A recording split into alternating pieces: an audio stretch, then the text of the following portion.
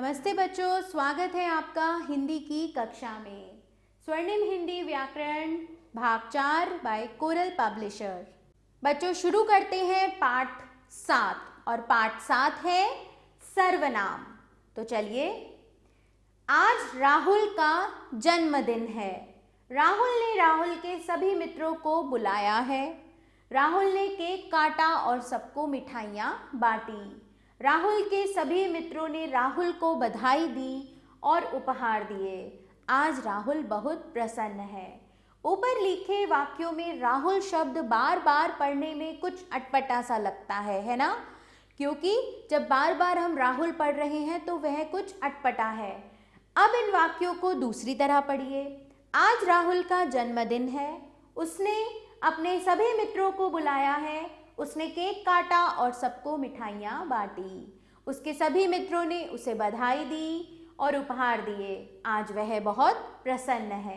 हम देखते हैं कि अब वाक्य प्रभावशाली और सुंदर बन पड़े हैं, है ना? इस तरह से ज़्यादा अच्छा लग रहा है, बोलने में भी और सुनने में भी। उन्हें पढ़ते हुए भी कुछ अच्छा सा लग रहा है। यहाँ एक ही संज्ञा शब्द राहुल का प्रयोग बार बार ना करके उसके स्थान पर अन्य शब्दों का प्रयोग किया गया है। इन्हें ही सर्वनाम कहते हैं। सर्वनाम सर्व प्लस नाम अर्थात जो सबका नाम हो। सर्वनाम का प्रयोग भाषा को सहज और सुंदर बनाता है। परिभाषा देखेंगे।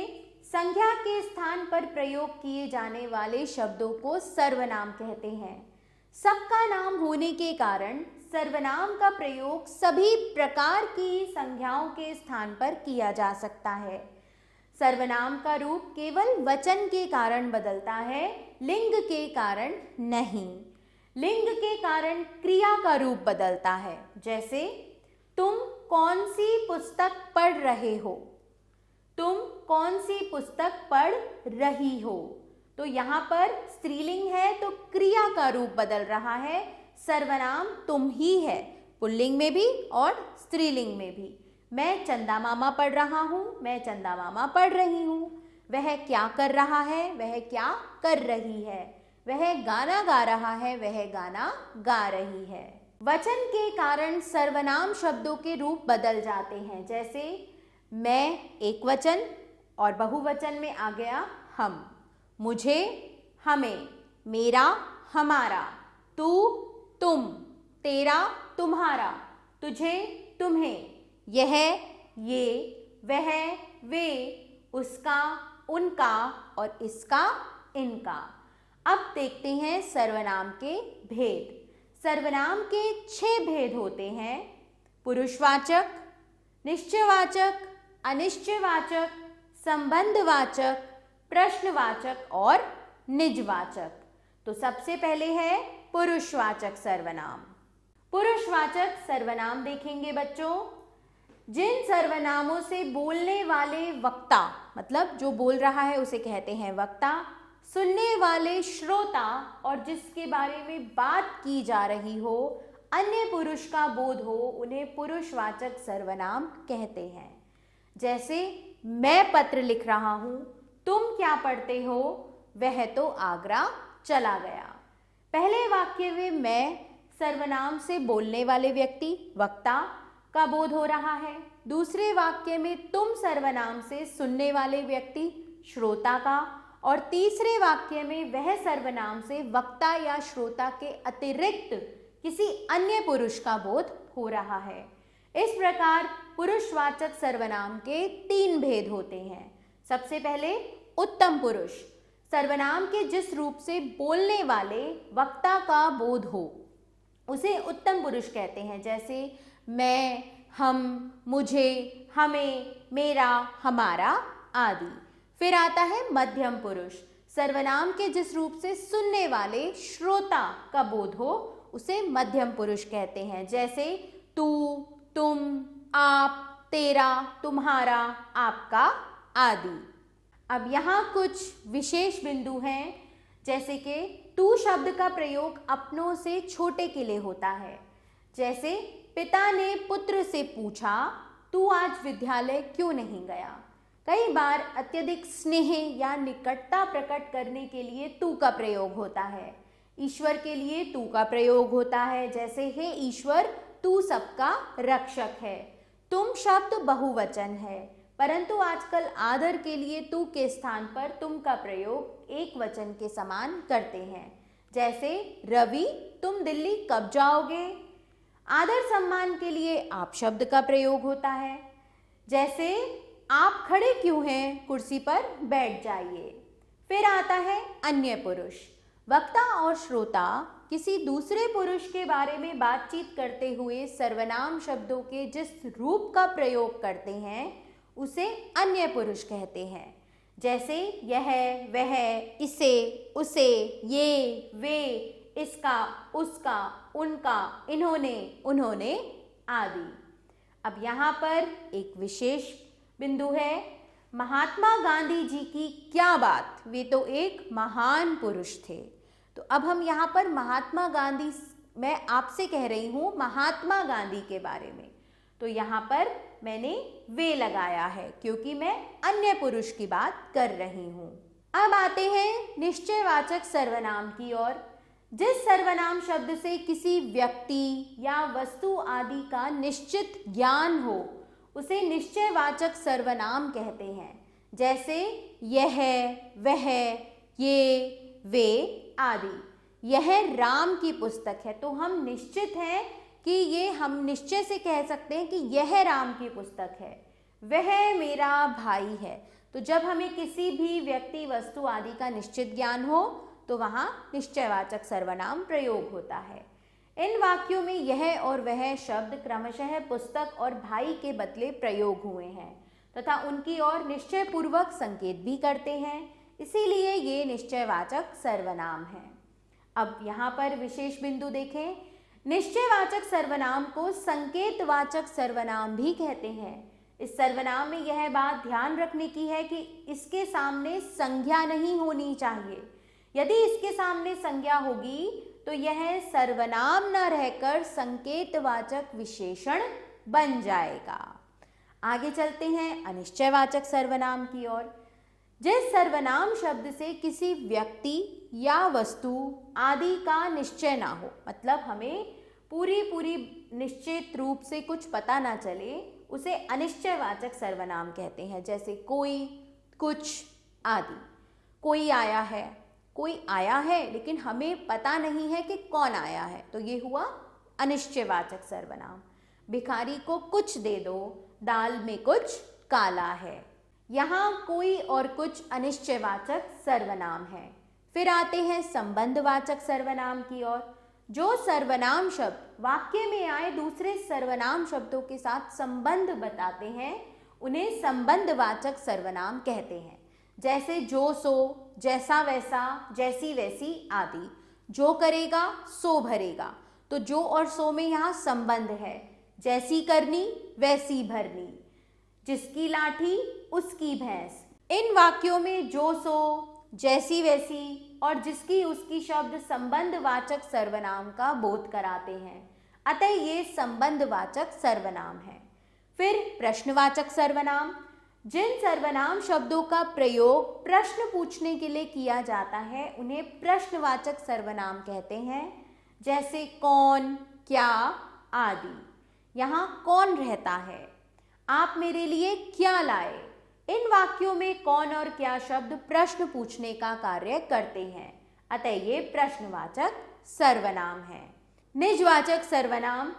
जिन सर्वनामों का प्रयोग कर्ता अपने लिए स्वयं के अर्थ में करता है उन्हें निजवाचक सर्वनाम कहते हैं, जैसे मैं यह काम स्वयं कर लूँगा, वह अपने आप यहाँ आया था, मैंने खुद उससे बात की। तो इन वाक्यों में मैं के लिए स्वयं, वह के लिए अपने आप और मैंने के लिए खुद का प्रयोग निज के अर्थ में हुआ है, इसलिए ये निजवाचक सर्वनाम है। बच्चों, यहाँ पुरुषवाचक सर्वनाम के रूप बताए गए हैं। उत्तम पुरुष मैं, वचन दिए हुए हैं यहाँ एक वचन, बहुवचन। तो चलिए पढ़ते हैं। कर्ता एक वचन में होगा मैं, मैंने, बहुवचन में हम, हमने। कर्म मुझे, मुझको, हमको। करण एक वचन मुझसे के द्वारा हमसे। संप्रदान एक वचन मेरे लिए और बहुवचन हमारे लिए। अपादान मुझसे अलगाव का भाव और हमसे। संबंध मेरा मेरे मेरी एक वचन, हमारा हमारे हमारी बहुवचन। अधिकरण मुझ में मुझ पर, इसी प्रकार बहुवचन हम में हम पर। यहाँ इसी प्रकार मध्यम पुरुष के लिए है, जैसे कि एक वचन में कर्ता कारक में तू तूने तुम तुमने, और कर्म कारक में तुझे तुझको तुम्हें तुमको, करण कारक में तुझसे तुमसे, संप्रदान में तेरे लिए तुम्हारे लिए, अपादान में तुझसे और बहुवचन में तुमसे।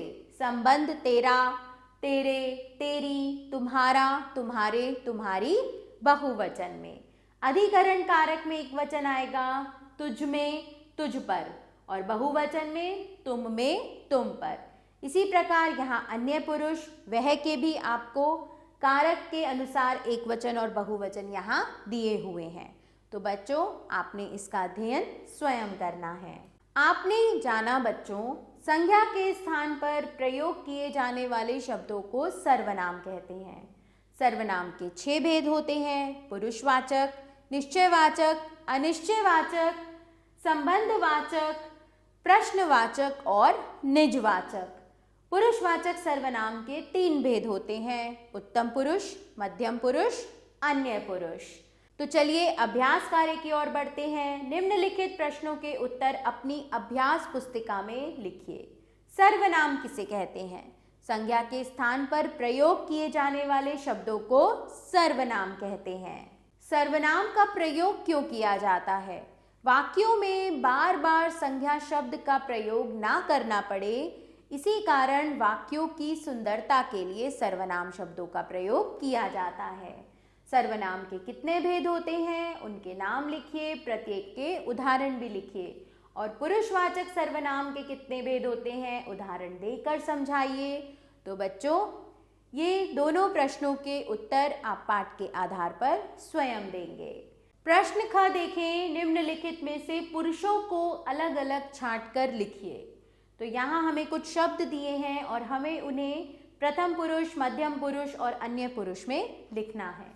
तो प्रथम पुरुष में जो शब्द आएंगे वो है हमको, मेरा, मुझे, हमें और मैं, क्योंकि ये वक्ता स्वयं के लिए प्रयोग करता है। मध्यम पुरुष में आएंगे तुमसे, तुमको, तुझे, आप, तू, तुम। और अन्य पुरुष के लिए आएंगे उनका, उन्होंने, उसने, उन्हें, वे और वह। तो चलिए आगे चलते हैं। प्रश्न संख्या ग देखें, निम्नलिखित वाक्यों में सर्वनाम शब्दों के नीचे रेखाएं खींचिए और उनका भेद भी बताइए। वाक्य, यहाँ कौन कौन क्रिकेट खेलना जानता है? प्रश्नवाचक। आप कहाँ रहते हैं? प्रश्नवाचक। उसे कुत्ते ने काट लिया, उसे। पुरुषवाचक। जैसा करोगे वैसा भरोगे, जैसा वैसा संबंधवाचक। बाहर कोई आया है, अनिश्चयवाचक, क्योंकि निश्चित नहीं है कि कौन आया है। प्रश्न घ देखें, निम्नलिखित वाक्यों के रिक्त स्थानों में पुरुषवाचक सर्वनाम के भेद का उचित रूप लिखिए। अन्य पुरुष, तो कल वह यहाँ आई थी। उत्तम पुरुष, मैं इस किताब पर हंसता हूँ। मध्यम पुरुष, तुम अब जा सकते हो। अन्य पुरुष, वे कल यहाँ आएंगे। मध्यम पुरुष, तुम सुंदर गीत गाती हो। कोष्ठक में दिए गए निर्देश के अनुसार रिक्त स्थानों की पूर्ति कीजिए। यहाँ हमने निश्चयवाचक सर्वनाम लगाना है, तो यह मेरा घर है। संबंधवाचक सर्वनाम, जो सोता है सो खोता है। मध्यम पुरुषवाचक सर्वनाम, तुम अब जा सकते हो। और प्रश्नवाचक सर्वनाम, अभी अभी यहाँ कौन आया था। बच्चों वाक्य 5 आप स्वयं करेंगे और यहाँ पर आप अनिश्चयवाचक सर्वनाम लिखेंगे। प्रश्न संख्या 4 देखेंगे, नीचे दिए गए वाक्यों में आए संज्ञा और सर्वनाम शब्दों को शुद्ध करके लिखिए। उसका नाम मेरे को मालूम नहीं। उसका नाम मुझे मालूम नहीं है। इस कमरे में कौन का सामान है? इस कमरे में किसका सामान है?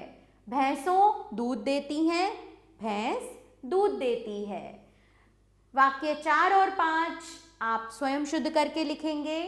प्रश्न संख्या 6 देखेंगे बच्चों।